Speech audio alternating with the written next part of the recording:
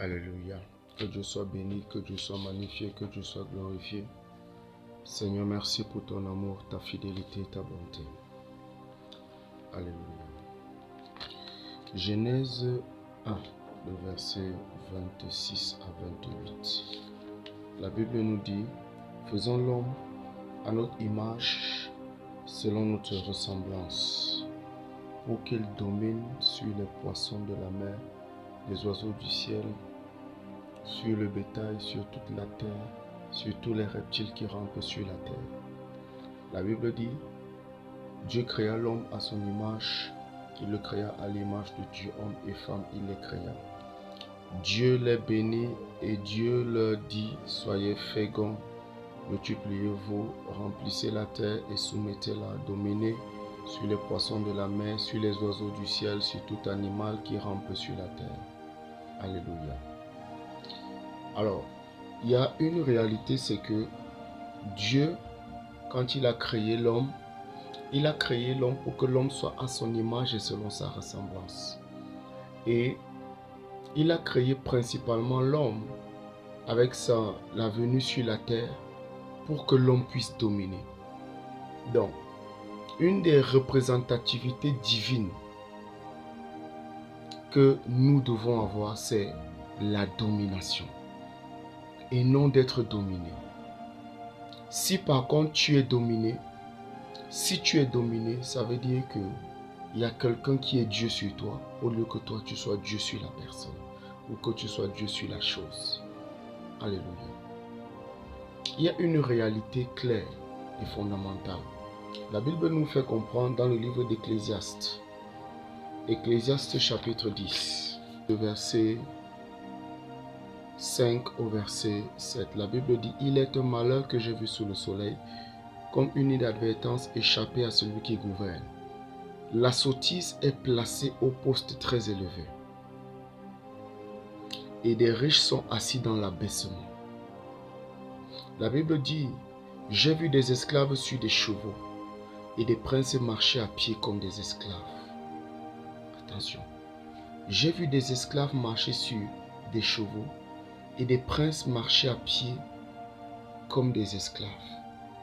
Écoutez, Dieu, quand il nous demande de dominer, il nous demande d'être aux commandes. Et quand il nous demande d'être aux commandes, il veut que nous prenions notre position en lui. Parce que c'est lui qui est celui-là qui est riche. Satan est pauvre. Il n'a rien. C'est un voleur. Jean 10, le verset 10. C'est un destructeur, c'est un tueur. C'est un calomniateur, c'est un accusateur. C'est un menteur, c'est un séducteur.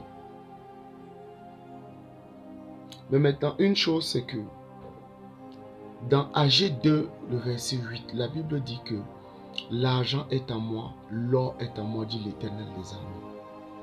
Maintenant, il dit, l'or est à moi, l'argent est à moi, simplement parce que si nous sommes ses enfants, l'argent qu'il a est pour nous. Si nous sommes ses fils, l'argent qu'il a, c'est pour nous. Si nous sommes ses filles, l'argent qu'il a, c'est pour nous. Pourquoi? Parce que l'enfant a droit à l'héritage de son parent. Et Dieu qui n'est pas un parent injuste, Dieu qui n'est pas un papa injuste, Dieu, en tant que propriétaire de toute la création, veut que nous soyons pleinement des rois et des reines sur cette terre.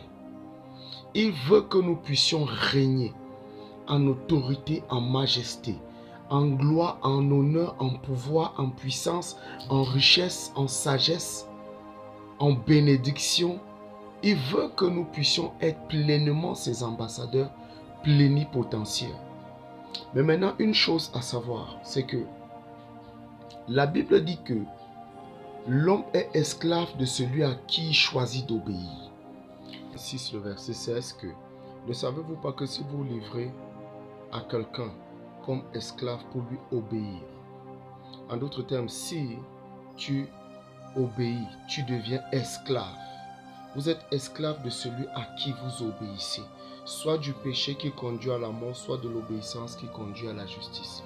Alors, nous comprenons donc ici, c'est que tu peux être un enfant de Dieu et tu décides de t'asservir ou bien d'obéir au plaisir de la chair, au plaisir du monde, à t'adonner à tout ce à quoi les hommes s'adonnent. Si tu décides de fonctionner sous cette loi-là, c'est aussi simple que ça. Tu deviens un esclave de quoi? De ce à quoi tu as choisi d'obéir. Alléluia. Tu as choisi d'obéir à la drogue, tu es esclave de la drogue. Tu as choisi d'obéir au sexe, tu es esclave du sexe. Ce à quoi tu vas obéir, tu seras esclave de ça. Mais maintenant, un esclave n'est pas aux commandes. Un esclave n'est pas aux commandes. Quand on parle d'être aux commandes, quand on parle de dominer, c'est répondre clairement à ce que Dieu veut que nous fassions. C'est être ce que Dieu veut que nous soyons. C'est aller là où Dieu veut que nous allions. Pourquoi? Parce que là où Dieu nous envoie, il y a la domination là-bas pour nous. Nous allons dominer. Là où Dieu ne veut pas que nous soyons, les choses là-bas vont s'imposer à nous. Les choses là-bas vont nous gouverner. Les choses là-bas vont nous commander. Les choses là-bas vont nous assujettir, nous influencer. Alors, tu comprends donc une chose ici, c'est que tu dois être là où Dieu veut que tu sois. Il y a une partie que j'aime beaucoup quand je relis ce texte de Genèse 1, le verset 26. Il dit, faisons l'homme à notre image. Ça veut dire que quand on nous voit, effectivement, en nous voyant, le monde voit Dieu. Waouh! Mais ça semble étonnant. Est-ce que c'est parce que nous sommes l'image du Dieu invisible? My God, nous sommes quoi? L'image du Dieu invisible. Ça veut dire que si on veut voir Dieu, c'est au travers de nous qu'on verra Dieu.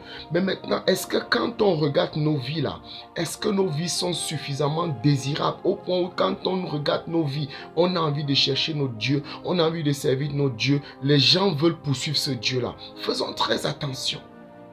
Faisons très attention. Il dit, faisons l'homme à notre image. Il dit selon notre ressemblance. Ça veut dire avec les capacités divines.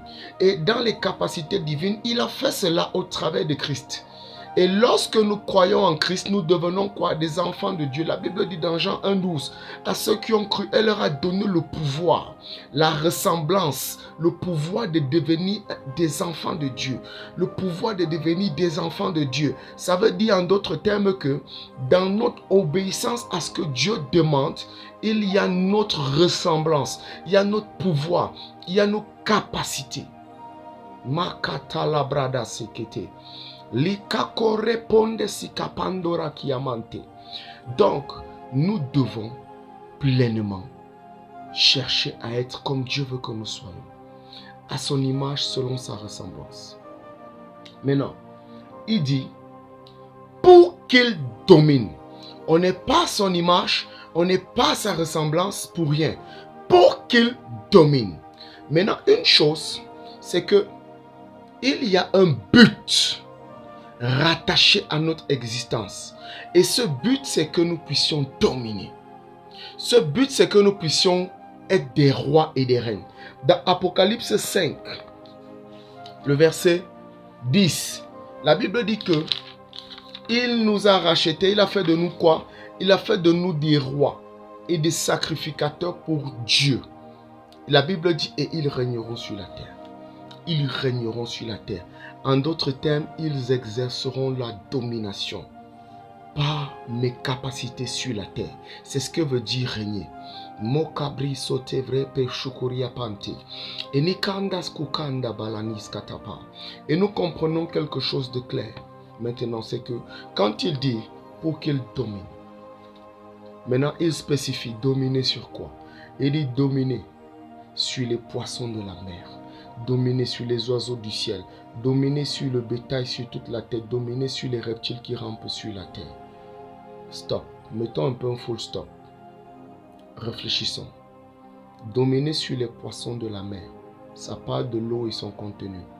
Dominer sur les oiseaux du ciel, ça parle des êtres volants qui sont dans le ciel. Il dit dominer sur le bétail. Le bétail, ça parle de la terre. Et il dit sur tous les reptiles qui rampent sur la terre. Et ça parle de gouverner sur toute la terre. Attention. Donc, je suis appelé à dominer. sur l'eau, dans l'eau. Je suis appelé à dominer sur la terre. Je suis appelé à dominer sur toute la terre. Je suis appelé à dominer sur les oiseaux qui se meuvent dans le ciel. Mais ça veut dire que l'homme a des couloirs de fonctionnement. Et parce que l'homme a des couloirs de fonctionnement, tu ne peux pas dominer si tu n'es pas informé de ces couloirs. Tu ne peux pas dominer si tu ne connais pas ton domaine. Tu ne peux pas dominer si tu ne connais pas ta zone. Tu ne peux pas dominer si tu ne connais pas ton appel. Tu ne peux pas dominer si tu n'as pas la révélation. Et Jésus nous dit que vous allez la connaître. Et c'est la connaissance de cette révélation qui vous rendra libre. Ça veut dire que tu peux dire que tu es chrétien, tu parles en langue, tu peux chanter à l'église, tu peux être je ne sais pas quoi à l'intérieur de l'église. Tu peux même être un très bon prédicateur.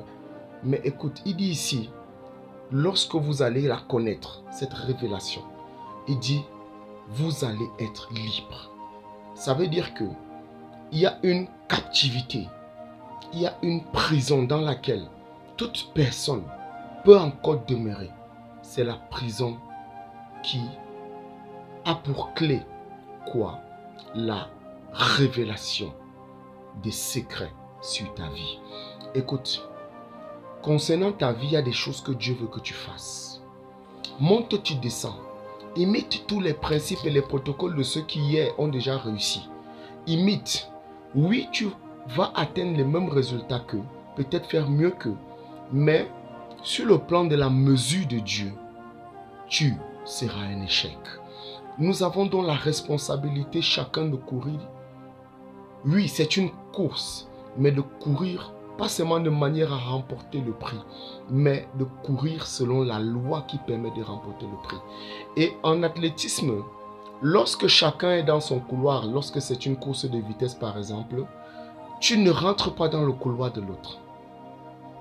Il y a une génération de personnes, tout récemment, qui pensent avoir des appels parce qu'elles imitent un tel ou une telle.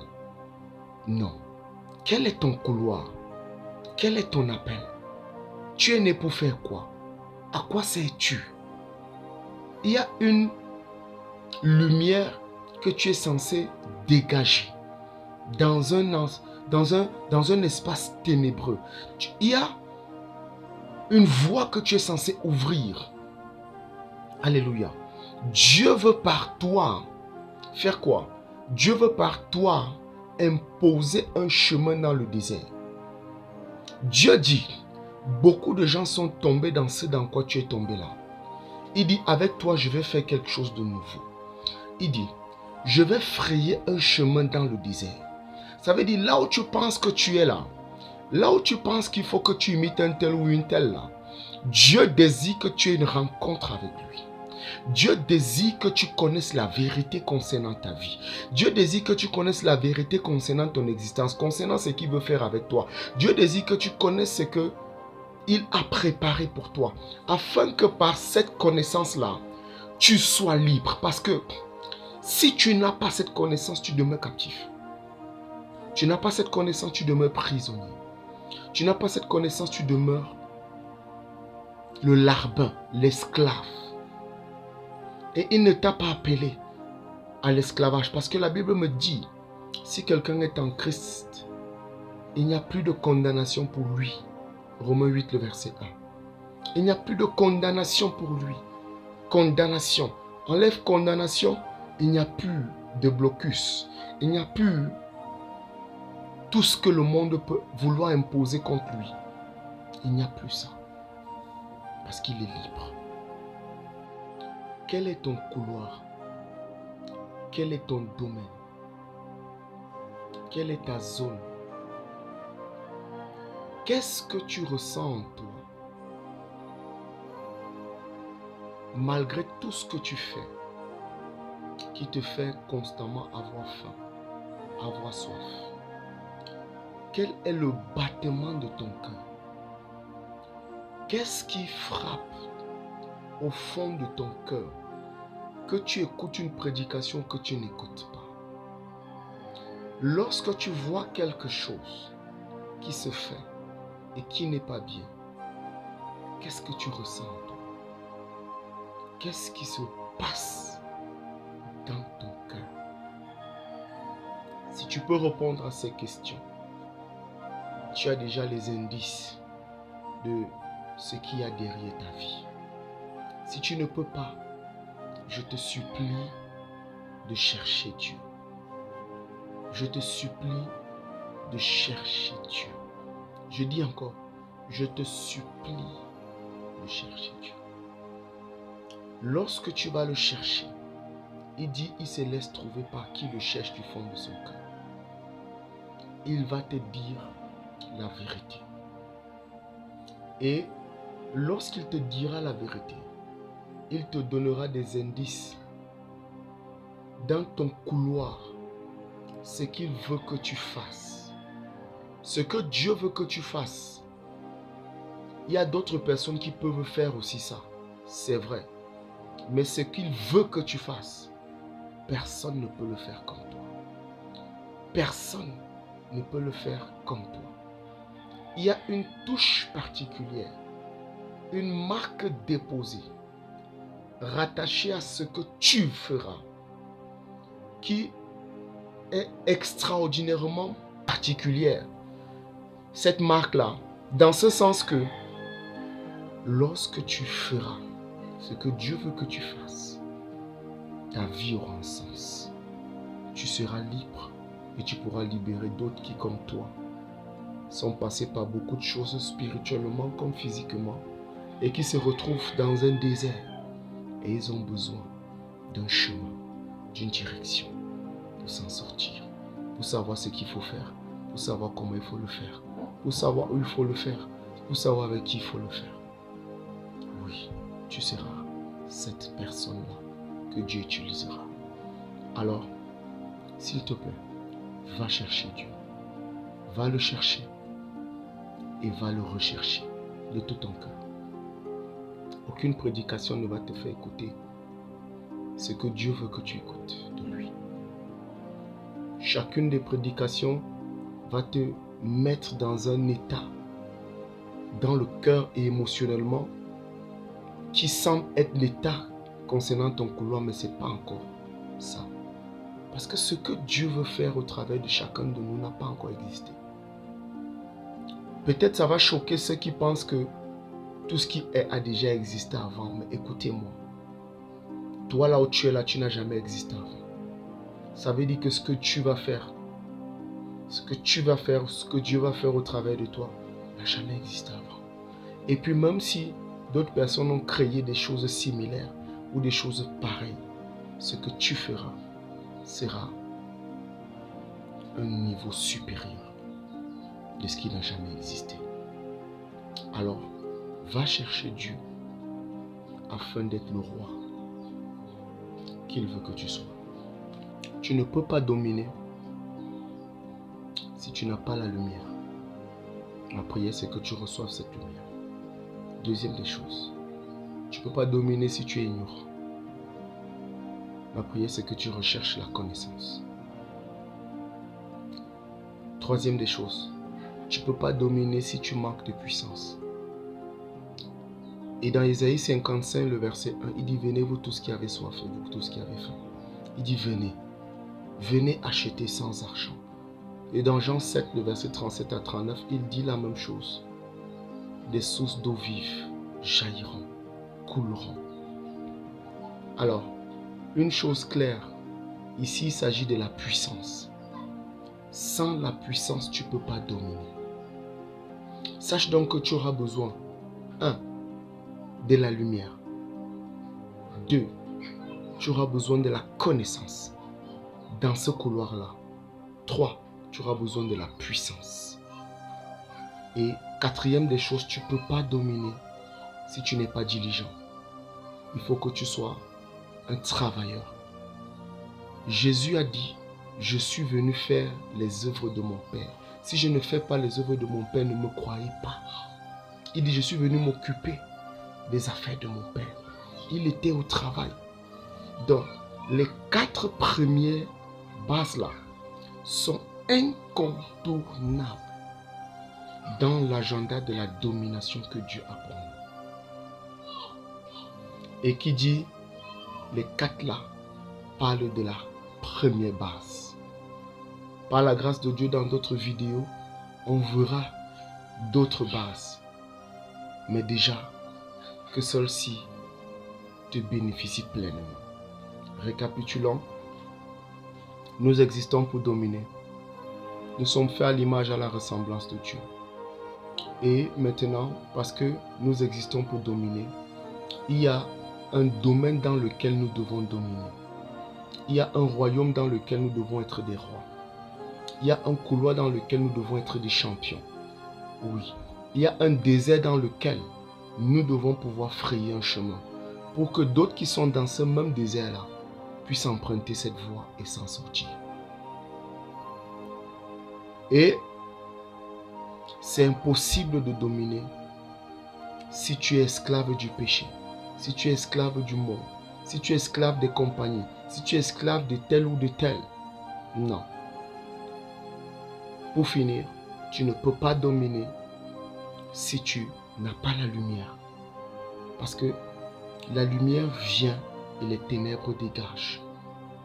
Donc il y a une lumière, une révélation nécessaire. Jean 8,32. Vous connaîtrez cette révélation, cette vérité, et elle vous rendra libre.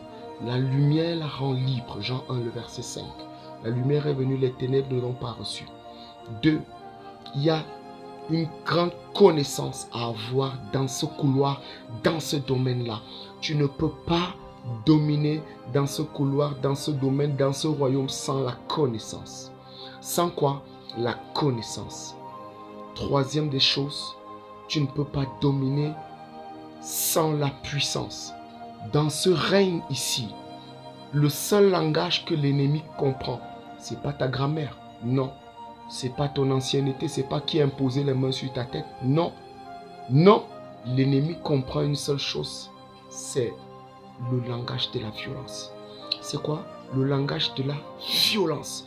Si tu es violent, violente, face à tout ce que l'ennemi fera, je peux te garantir qu'il va lâcher prise.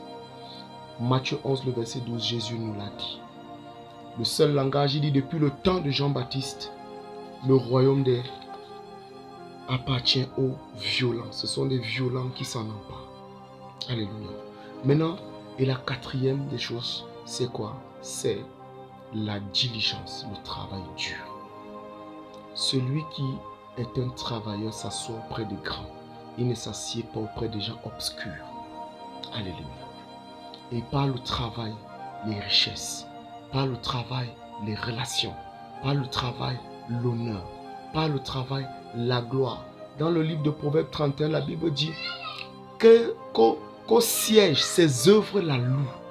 My God. Que les œuvres de qui? De la femme diligente, la femme travailleuse, la louent. La loue, la femme vertueuse, que ses œuvres la louent. My God. Et il n'y a aucune louange sans avoir payé un prix. Alors, reçois ceci et que Dieu prenne ceci pour faire avec toi ce que lui seul veut faire. Que Dieu te bénisse au nom puissant de Jésus-Christ. Amen. Tu dois naître de nouveau pour le commencement de tout. Suis les instructions qui seront données à la suite et je sais que Dieu se glorifiera. Merci beaucoup. Portez-vous bien.